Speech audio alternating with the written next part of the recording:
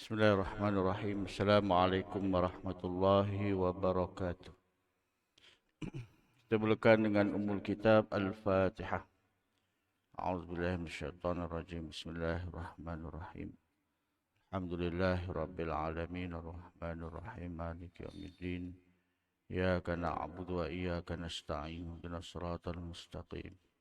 Siratal ladzina an'amta 'alaihim ghairil maghdubi 'alaihim waladdallin. Amin. Bismillahirrahmanirrahim.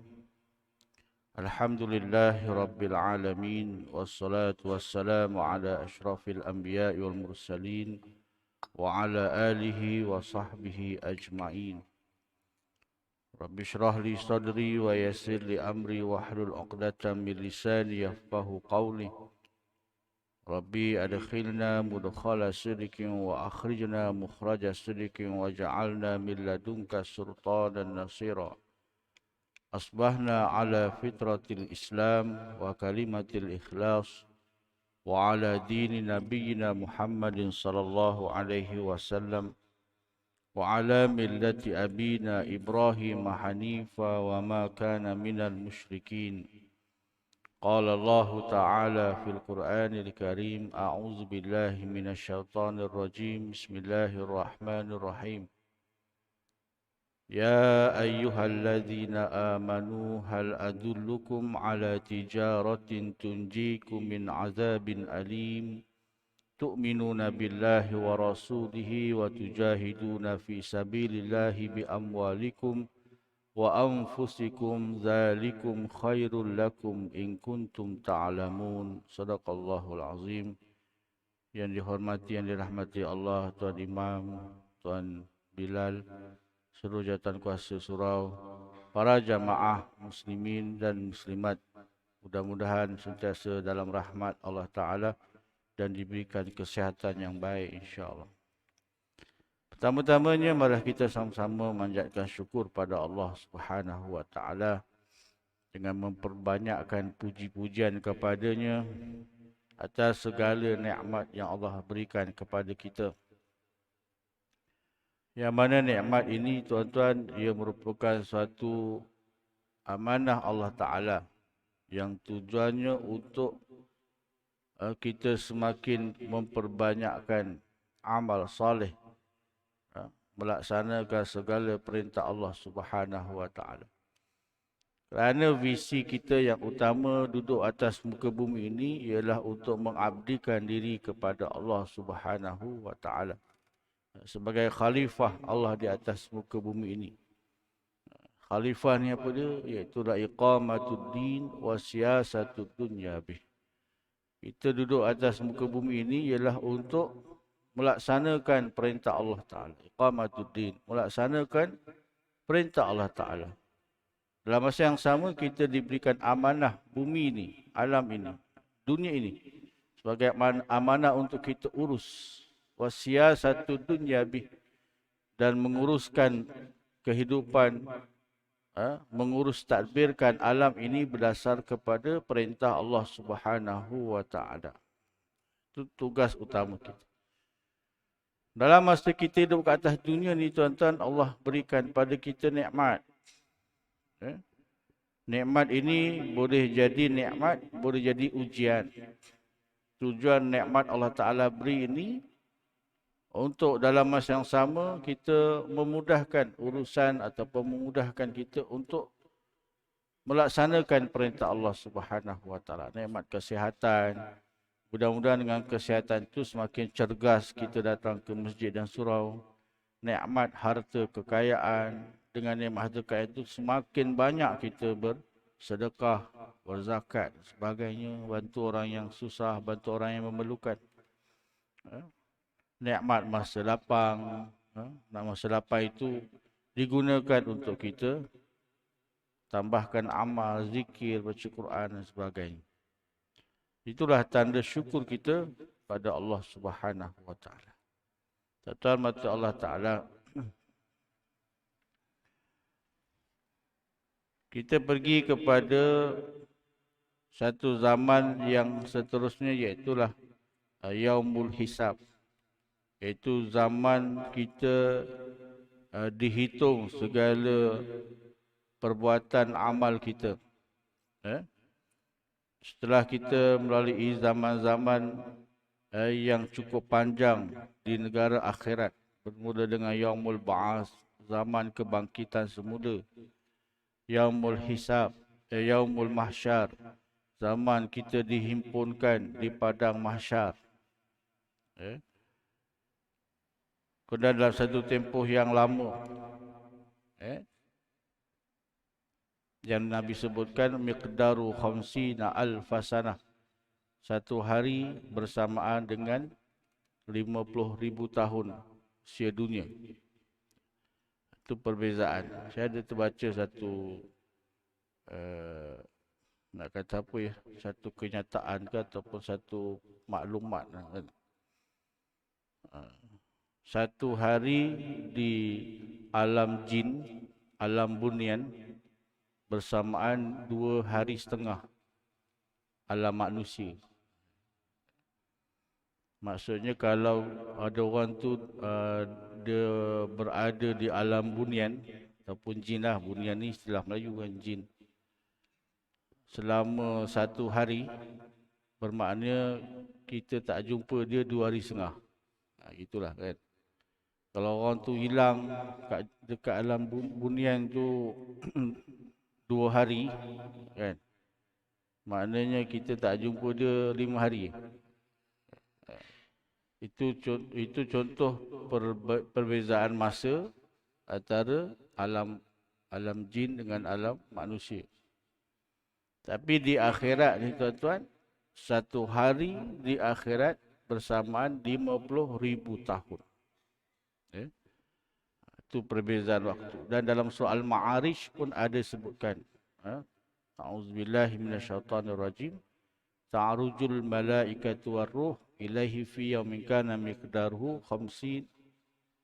Ta'arujul malaikatu warruh ilaihi min kana miqdaruhu 50 alfasan. Atau kama qala. Yang gitulah. Saya boleh cek ayat yang ke-9 tak salah. Berulang aliknya malaikat dan roh, yakni Jibril, daripada alam malaikat kepada dunia, 1 hari bersamaan 50,000 tahun. Jadi itulah tempoh masanya yang dilalui oleh kita semua nanti di hari akhirat. Panjang masanya. Rasanya yang lalu kita dah sebutkan di antara keperitan manusia di padang mahsyar, dalam keadaan berpeluh berkeringat, bersesak-sesak, tidak berpakaian, tak ada makan dan tak ada minum. Kita tidak dihiraukan oleh Allah Ta'ala di padang mahsyar dalam tempoh yang terlalu lama. Sebelum berlakunya proses perhitungan amal ni tuan-tuan, sebelum berlakunya proses Yaumul Hisab ini, oleh kerana terlalu lamanya kita tidak dihiraukan di padang mahsyar, ada sekumpulan orang-orang yang soleh. Mereka bertemu dengan para nabi untuk mewakilkan manusia bertemu dengan Allah Ta'ala, memohon supaya dilaksanakan proses perhitungan di mahkamah Allah Ta'ala. Dalam hadis disebutkan mereka bertemu dengan Nabi Adam alaihissalam, merayu supaya Nabi Adam mohon pada Allah Ta'ala untuk dimulakan proses perhitungan. Tapi Nabi Adam enggan kerana Nabi Adam rasa malu dengan Allah Ta'ala dengan sebab dia ada melakukan satu kesalahan, iaitulah melanggar larangan memakan buah khuldi. Kemudian bertemulah dengan Nabi-Nabi yang seterusnya, Nabi Nuh, Nabi Idris, Nuh, Hud, Saleh, sebagainya. Dan semua para Nabi enggan untuk bertemu dengan Allah Ta'ala, mohon supaya disediakan hari perhitungan kerana malunya mereka dengan dosa-dosa mereka. Nafsi, mereka kata, aku, engkau. Masing-masing fikir nasib diri sendiri. Sehinggalah akhirnya diringkaskan bertemulah dengan Nabi Muhammad sallallahu alaihi wasallam. Itu peluang terakhir, dan lepas tu tak ada Rasulullah lepas tu. Ke Nabi SAW bertemu dengan Allah Ta'ala, menghadap Allah Ta'ala, memuji-muji dengan kalimah pujian yang tidak pernah dipuji, yang belum pernah bagi dia ucapkan sebelum ini. Maka akhirnya dengan sebab rayuan dan permintaan Nabi SAW, maka Allah perkenankan dan berlakulah bermula hari itu Yaumul Hisab. Setelah Allah Ta'ala mengabulkan permohonan sahibul wasilah Muhammad Rasulullah sallallahu alaihi wasallam untuk memulakan hisab, semua jantung manusia di padang mahsyar berdegup kencang. Satu persatu manusia dipanggil untuk menghadap hakim tertinggi yang maha adil lagi maha mengetahui, Allah SWT, untuk dipertanggungjawabkan atas setiap perbuatannya selama di dunia. Satu persatu nama disebutkan. Orang yang namanya disebut melangkah ke hadapan untuk menghadap Allah Ta'ala sambil disaksikan oleh jutaan manusia yang lain. Bila bermulanya proses yang hari perhitungan di mahkamah Allah Ta'ala, maka seluruh manusia mula ketakutan dan jantungnya berdegup kencang. Pernah tak ada pengalaman tak dipanggil ke mahkamah untuk apa-apa kes? Pernah. Kadang-kadang kita dapat surat mahkamah kan, tak bayar, ada tertunggak hutang loan ke apa kan, baru surat panggilan. Itu prosedur biasa bank, tuan-tuan, jangan takut. Jangan takut, tu prosedur bank. Dia punya SOP untuk ingatkan kita kalau ada tertunggak pinjaman-pinjaman kena segera selesaikan. Paling kurang telefon bank tu. Jangan tak telefon, jangan tak angkat. Bila tak angkat, dia ada SOP seterusnya. Kita tahu kita ada tertunggak, bank telefon, angkat je. Dengar je dia punya ceramah kan. Dengar dia punya ingatan. Lepas tu okey, terima kasih. Dah.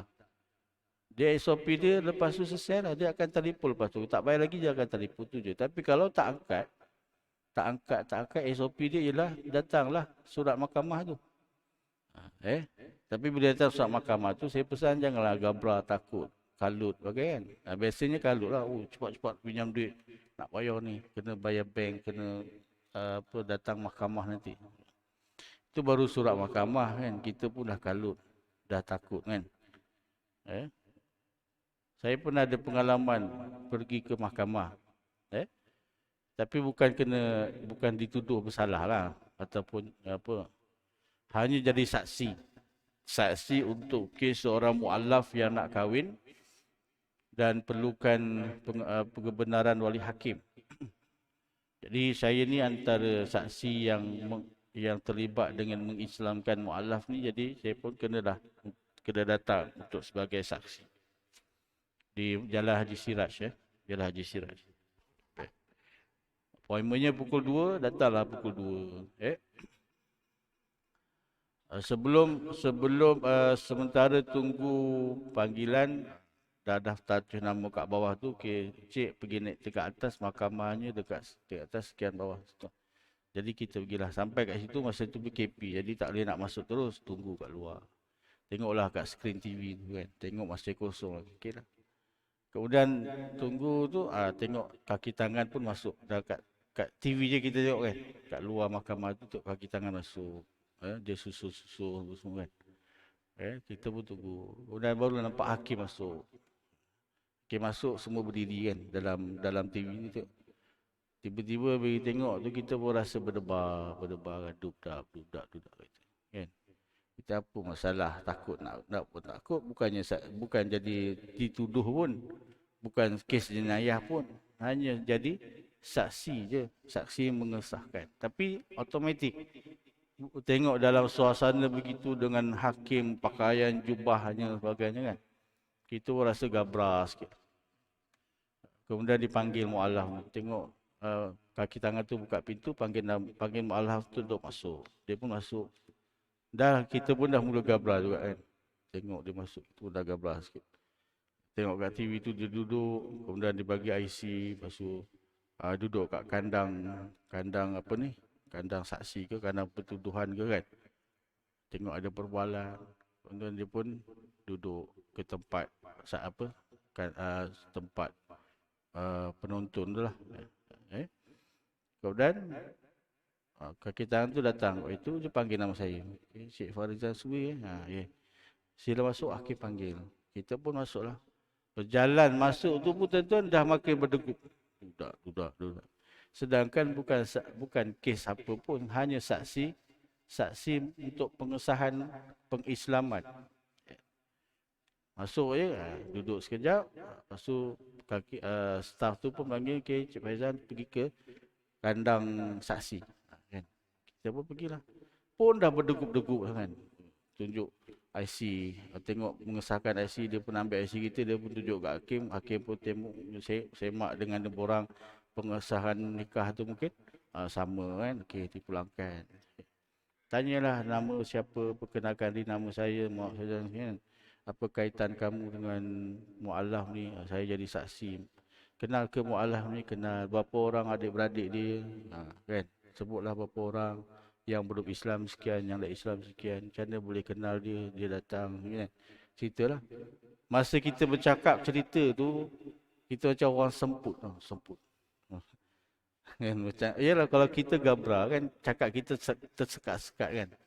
Jadi gabra sikit, semput-semput gitu kan. Semua hakim tu je nampak macam kita ni gabra kata, sebab sebenarnya saya pun kenal hakim tu lah kan. Ustaz, makin besar badan dia kata, makan sedap kata. Gurau lah, mungkin nak hilangkan kita punya gabrah kan. Tapi nak sebut ni Sultan, dia mungkin fitrah lah, naluri kita. Dalam suasana yang begitu pun kita rasa semput, gabrah. Apatah lagi kalau orang yang mungkin kena di kandang tertuduh. Mungkin yang memang ada banyak, dia lakukan jenayah yang berat contohnya. Kan? Walaupun ada peguam bila dan sebagainya, tapi suasananya itu tuan-tuan, suasananya itu memang menjadikan kita ni tak cukup nafas lah nak cakap, kan? Gabra sebagainya. Itu mahkamah di dunia tuan-tuan, kan? Mahkamah dunia. Belum lagi di mahkamah Allah Ta'ala. Bila saja bermulanya proses perhitungan, Allah alam cara bagaimana suasana itu, dipanggil nama kita dipanggil. Dan kita pun berjalanlah menuju ke mahkamah Allah Ta'ala itu, di mahkamah itu. Kemudian disebut sini bahawa sambil disaksikan oleh jutaan manusia. Kalau dekat mahkamah dunia, yang mendengar kes tu ialah yang duduk dalam tu kan. Orang awam tu. Tempat duduk awam. Dia dengar lah. Dibongkar ke apa semua ke, perdebatan ke, bukti-bukti dibaca kan. Semua dengar kat situ, dengar je. Yang wartawan lah keluarlah kat dalam surat khabar semua kan. Tapi di mahkamah Allah Ta'ala yang mendengar kes kita ialah seluruh penduduk masyarakat. Dia dengar je, terperhati je kan. Yang selama ni kita kat dunia ni tuan-tuan, mujurlah kita punya dosa ni tak ada bau. Tahu tak? Dosa kita ni tak ada bau. Allah tutup aib kita ni. Cuba bayangkan kalau dosa ni berbau. Tuan-tuan. Agak-agak kita nak keluar rumah ke? Sedangkan kalau kita keluar pun tiba-tiba kita ternampak ada najis. Kan, najis tai cicak ke, tai burung ke, kan, terlekat sini. Kita malu nak bertemu dengan manusia kan, kita basuh dulu, tukar baju yang lain dan sebagainya kan, sebab kita tak nak orang terbau busuk tu. Bayangkan kalau dosa kita ni ada bau. Dosa kita ni kalau ada bau, tentunya kita akan berusaha untuk bersihkan dulu. Hilangkan baunya, barulah kita mahu bertemu dengan manusia. Kalau tak hilang lagi baunya, duduk rumah je. Tapi nanti di mahkamah Allah Ta'ala yang selama ni Allah tutup aib kita, pada masa itu Allah akan buka aib kita. Nampak segala apa yang kita lakukan. Sama ada dosa-dosa kita khususnya lah. Dan juga kebaikan kita lah. Maka seluruh manusia di pada masyarakat akan dapat melihat segala aib-aib kita. Dosa-dosa yang tidak Allah ampunkan. Jadi tuan-tuan malu. Kat mahkamah pun kita dah malu. Segala kesalahan pun dibentangkan depan hakim. Depan orang ramai, apatah lagi di akhirat. Rasulullah sallallahu alaihi wasallam bersabda, "Ma minkum min ahadin illa sayukallimuhullah, laisa bainahu wa bainahu turjumanun, fayanzuru aymana minhu fala yara illa ma qaddama, wa yanzuru ash'ama minhu fala yara illa ma qaddama, wa yanzuru baina yadayhi fala yara illa an-nara tilqa'a wajhi, fattaqun nar wala bisyiqqi tamratin." Nabi bersabda yang bermaksud, tidaklah salah seorang daripada kamu, melainkan dia akan dibicarakan secara langsung oleh Allah Subhanahu wa taala tanpa ada di antara kedua-duanya seorang penterjemah. Di mahkamah Allah Taala kita akan dibicarakan di hadapan Allah Taala secara terus tanpa penterjemah. Kalau kat mahkamah dunia ni bahasa asal dia bahasa Malaysia, bahasa Melayu. Kalau ada warga-warga asing yang dibicarakan, tak tahu cakap Melayu, ada penterjemah dia. Ada penterjemah, dia cakap penterjemah ni akan beritahu hakim apa maksud cakap ni. Tapi di mahkamah Allah Ta'ala tidak ada penterjemah. Kita terus cakap dengan Allah sebagai hakim yang paling adil. Ada pendapat kata di sana nanti kita hanya bercakap satu bahasa, iaitu bahasa Arab. Dan ada pendapat kata cakaplah apa bahasa pun semua Allah faham. Allah alam mau cakap Jawa ke apa ke kan. Semuanya bahasa itu adalah ciptaan Allah Ta'ala. Tapi nak sebut di sini tak ada penterjemah, kita akan terus bercakap dengan Allah Ta'ala. Bagi orang-orang beriman macam kita nak, insya-Allah, inilah waktu yang paling kita impikan untuk kita bercakap terus dengan Allah Subhanahu wa taala, untuk dapat melihat Allah Taala. Selama ni kita hidup kat dunia ni, kita hanya diberitahu dalam Al-Quran dan juga hadis tentang zat Allah Taala, tapi kita tak pernah nampak, tak diizinkan untuk dapat melihat. Kita bangkit di kali yang kedua di akhirat, kita tak dapat melihat Allah Ta'ala. Ada pendapat ulama kata segala arahan-arahan Allah Ta'ala sebelum hari perhitungan semuanya melalui malaikat. Diperintahkan kita berkumpul di padang mahsyar, itu hanya arahan daripada malaikat, daripada Allah Ta'ala kepada malaikat, dan malaikat sampaikan kepada manusia untuk berkumpul di padang mahsyar. Arahan panggilan nama untuk ke Yaumul Hisab itu pun melalui malaikat. Tapi nanti di mahkamah Allah Ta'ala, Nabi beritahu kita akan terus direct dengan Allah Ta'ala tanpa wakil, tanpa penterjemah. Tapi bagi orang-orang kafir, inilah waktu yang paling menakutkan. Kerana selama ini mereka mendapat nikmat Allah Ta'ala dan mereka tidak mengaku ketuhanan Allah Ta'ala. Pagi dia bangun subuh macam ni, kan? Bangun pukul 10 pagi, tak sembahyang subuh. Tapi dalam keadaan dia tidak sembah Allah Ta'ala, Allah masih lagi beri dia nikmat. Boleh sarapan pagi yang sedap, boleh berjoging berkilometer, beberapa kilometer, kan? Boleh pergi kerja macam biasa. Boleh sedut udara Allah Ta'ala. Masuk zuhur, tak sembahyang juga, tak sembah Allah Ta'ala juga. Tapi Allah masih lagi bagi nikmat udara. Masih lagi bagi makan tengah hari yang sedap. Masuk asar, tak sembahyang juga, tak menyembah Allah Ta'ala juga. Tapi masih lagi Allah bagi nikmat udara. Boleh lagi makan cokodok, boleh lagi makan pisang goreng panas, kopi panas, minum petang. Masuk maghrib, tak sembah Allah Ta'ala juga. Tapi Allah masih lagi bagi nikmat. Boleh makan malam, boleh jumpa keluarga, boleh jumpa kawan-kawan, boleh bersantai-santai waktu malam. Masuk isyak tak sembah Allah Ta'ala juga.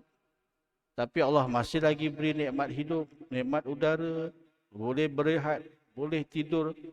Sorong bantal je terus tidur. Ada orang dah baring tak tidur-tidur juga. Bangun besok pagi pun tak sembah Allah Ta'ala juga. Itulah rutinnya hari-hari. Kan? Bayangkan tuan-tuan, dalam keadaan manusia engkar perintah Allah Ta'ala, syirik pada Allah Ta'ala, tapi Allah masih lagi beri nikmat. Berulang-ulang sampailah 70-80 tahun. Begitu. Maka di hari mahkamah nanti, di hari hisab nanti, merekalah orang yang paling takut. Kerana selama ni mereka syirik kepada Allah Subhanahu Wa Taala. Ia memandang ke arah kanannya namun tidak melihat apa-apa kecuali amal perbuatan yang pernah dia lakukan. Dia memandang ke arah kirinya namun dia tidak melihat apa-apa kecuali amal perbuatan yang pernah dia lakukan. Ia memandang ke hadapannya namun dia tidak melihat apa-apa melainkan api neraka. Maka jagalah dirimu daripada api neraka walau hanya dengan sebelah kurma. Dalam hadis yang lain diceritakan ketika nanti kita di mahkamah Allah Ta'ala, di hadapan Allah Ta'ala, bila kita pandang ke kanan, kita akan melihat sesuatu seumpama peti. Peti-peti. Peti-peti itu mewakili umur kita. Bila kita pandang ke kanan, kita akan melihat peti-peti yang cantik, bercahaya, indah, macam lampu hiasan. Itulah dia himpunan amal-amal soleh kita. Kita tengok seronok, cantik, tengok sebelah kanan. Kemudian kita pandang sebelah kiri pula, ada peti-peti yang menakutkan, menyeramkan, yang gelap. Itulah mewakili segala dosa-dosa yang tidak diampunkan oleh Allah Subhanahu Wa Taala. Bila pandang ke satu tempat yang lain, ada peti-peti yang kosong.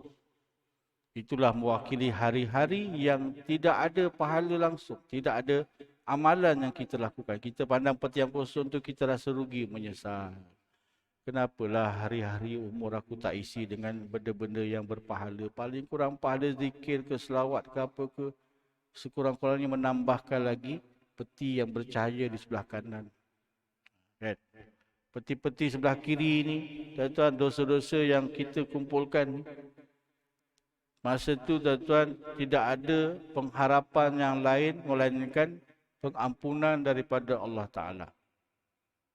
Sebab kalaulah dosa-dosa itu tidak diampunkan oleh Allah Ta'ala, maka dia akan menghalang kita untuk masuk ke dalam syurga. Dosa-dosa ini yang ada bersama kita ni, tuan-tuan, dia akan menghalang kita masuk ke syurga.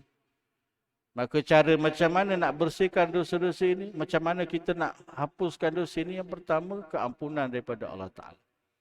Yang kedua, kalau Allah tak ampunkan, masuk ke dalam neraka. Masuk ke dalam neraka dulu.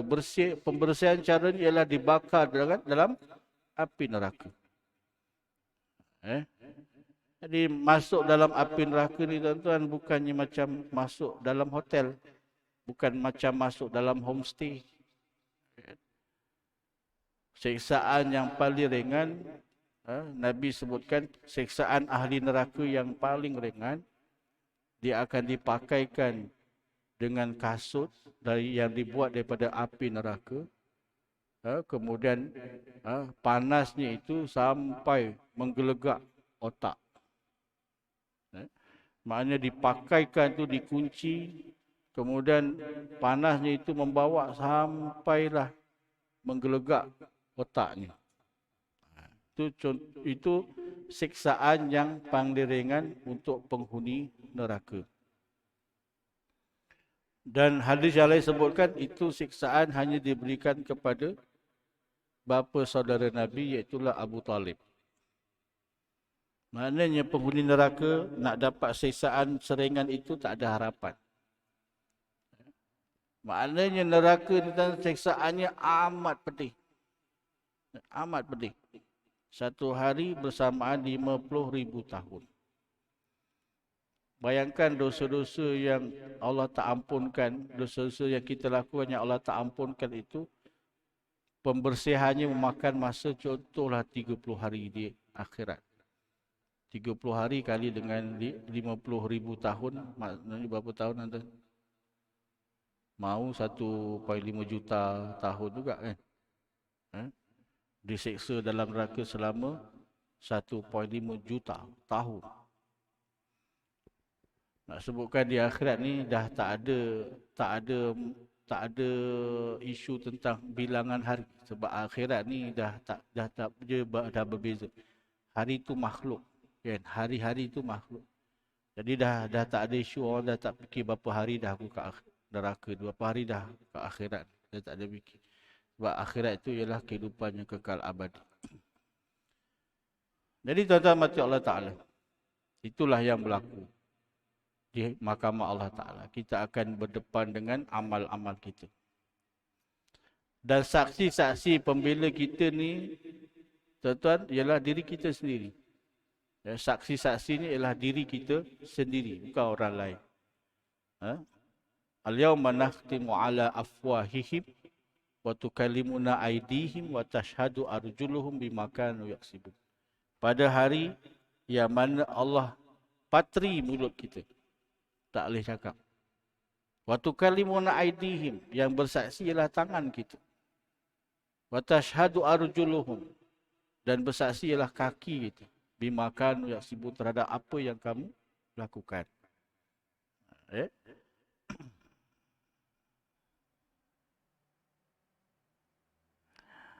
Maka jagalah dirimu dan dipandang di hadapannya tidak lihat apa-apa melainkan api neraka.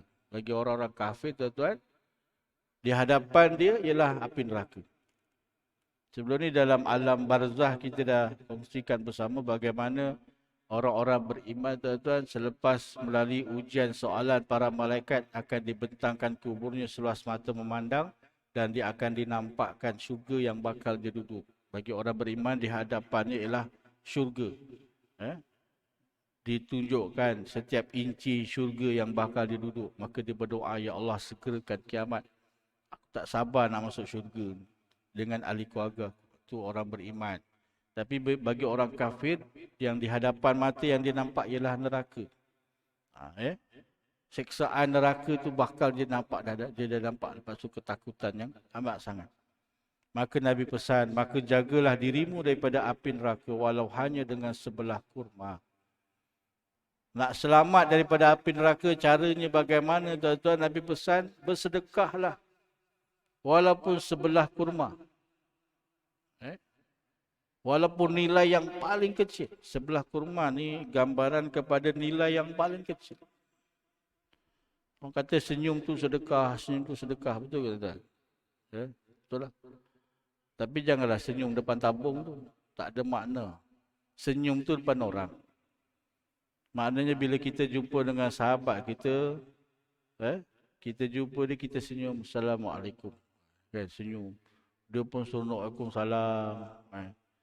Kita memberikan keseronokan, ketenangan pada orang lain itu pun merupakan sedekah. Mungkin sebelum ni ada masalah. Dia datang surau tu, sebelum datang surau kat rumah tu ada masalah, kena bebel dengan bini dia kan. Kena bebel, kena letih, dia pun rasa tak best lah ini kan. Hati sedih kan, kena ceramah dengan bini dia sendiri. Sampai jumpa kita, Assalamualaikum. Waalaikumsalam. Dengan ucapan salam, tuan-tuan, mungkin dia akan menghilangkan stres dia. Lupa dah bebelan bini kan. Yang dia ingat jelah fokus bagi salam. Tengok pula, Haji ni senyumnya ni memang cantik lah, giginya pun elok lagi kan. Bagus lah dia ni kan. Lepas tu ditanya pula, khabar waras, semangat wis kan. Jom mangan medang. Contohlah kan. Diajak pula medang. Lupa dia, hilang dia masalah dia tadi. Itu pun merupakan satu kenikmatan sedekah. Kan? Itu mungkinlah paling kurang separuh buah kurma macam tu lah kot. Buah kurma ni kan, Yusuf Tayu tu berapa sekotak? RM10 kan? RM20. Banyak kan dalamnya kan? Bayangkan kalau sebiji tu berapa? Mungkin 10 sen kot kan nilai dia. Separuh lagi di Mesir. Kan? Jadi bersedekahlah walaupun separuh buah kurma. Kan? Nampak tabung surau tu, masukkan adik. Berapa adik? Alah, ada 10 sen je kan. Tak apa 10 sen. Ikhlas kerana Allah Ta'ala. Kerana sekurang-kurangnya itu boleh menyelamatkan kita daripada api neraka. Hasinu amwalakum bizakat wadau mardakum bisadaqah. Bentingilah, lindungilah harta kamu dengan zakat. Iaitulah dengan kita bersedekah, kita berzakat, akan dapat melindungi harta kita daripada api neraka. Diri kita daripada api neraka. Itu pesan Nabi kepada kita semua. Maka perbanyakkanlah amal-amal soleh, khususnya zakat dan juga sedekah, kerana ia akan menyelamatkan kita daripada api neraka. Umat Muhammad sallallahu alaihi wasallam akan menjadi umat pertama yang melalui hisab sebelum umat-umat manusia yang lain. Ya. Hal ini sebagai penghormatan besar yang Allah berikan untuk Khatamul Anbiya Muhammad sallallahu alaihi wasallam dan umatnya. Jadi tuan-tuan, dalam keadaan jumlah manusia yang ramai daripada zaman Nabi Adam sampailah umat terakhir hari kiamat. Ikut jumlah yang ramai ni tuan-tuan, kita ni umat terakhir. Berapa lama lagi kita nak tunggu nama kita dipanggil di mahkamah Allah Ta'ala. Tapi istimewanya Allah berikan kepada Nabi dan umat Muhammad. Kita akan dihisap lebih awal. Dalam hadis yang lain, ada sebuah hadis Nabi menceritakan ketika Allah panggil Nabi Nuh alaihi salam untuk diadili, untuk dibicara. Nabi Nuh. Nabi Nuh ni tuan-tuan, Nabi yang pertama berdakwah dengan penuh cabaran. Zaman Nabi Adam, manusia pada masa itu semuanya taat perintah Allah Ta'ala. Zaman Nabi Adam. Termasuk zaman Nabi Idris. Tak ada masalah. Semuanya tak terseleweng. Tapi bila masuk zaman umat Nabi Nuh, manusia masa itu sudah ramai yang reka, lalai, sesat dan sebagainya. Maka zaman Nabi Nuh merupakan zaman Nabi yang menyampaikan dakwah dengan kepayahan.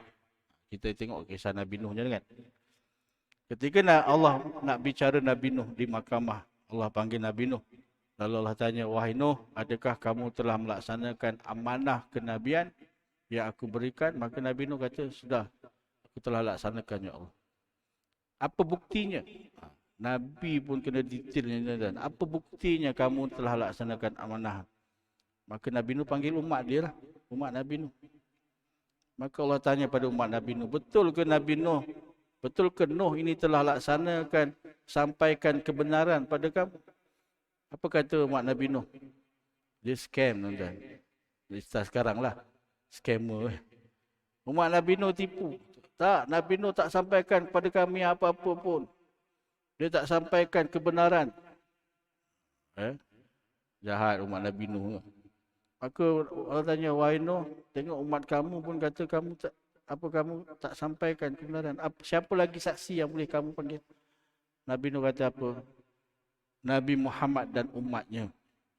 Maka Nabi Muhammad dan umat yang duduk di hujung sekali, belakang sekali, umat terakhir, duduk belakang sekali. Maka dipanggil Nabi Muhammad dan umatnya ke depan. Maka dibawa ke depan. Kemudian Allah tanya, wahai Muhammad dan umatnya, betul ke Nuh telah melaksanakan amanah kenabian?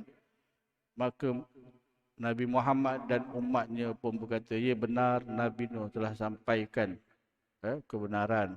Itulah mengajak manusia kepada Allah Ta'ala. Apa buktinya? Allah tanya pula dekat kita umat Nabi Muhammad. Apa buktinya? Kata kamu, Al-Quran.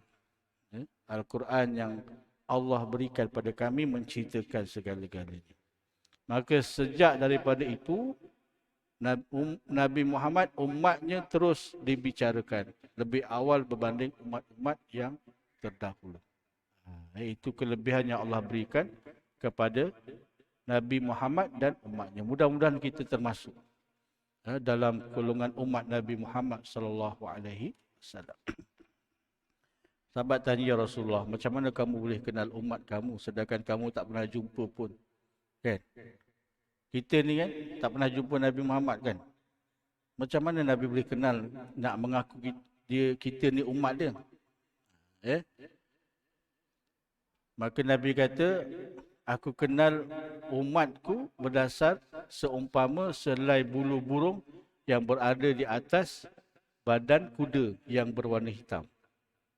Maksudnya apa? Ada tandanya. Ada tandanya Nabi kenal dia umat Nabi Muhammad. Macam mana nak dapat tanda itu, tuan-tuan? Dalam hidup kita ni kita kena taat perintah Allah dan Rasul dan banyakkan selawat. Mudah-mudahan tanda itu timbul dan Nabi kenal kita. Takut tuan-tuan, kita rasa macam kita ni dah banyak dah amal, dah banyak dah selawat. Tapi agak-agak Allah terima tak terima.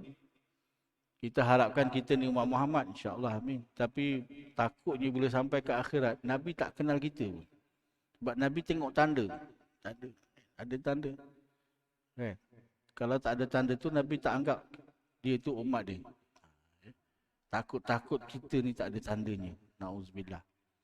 Sebab itu dalam hidup kita kat dunia ni, kita kena bersungguh-sungguh mentaati perintah Allah dan Rasul dan perbanyakkan selawat atas Nabi SAW.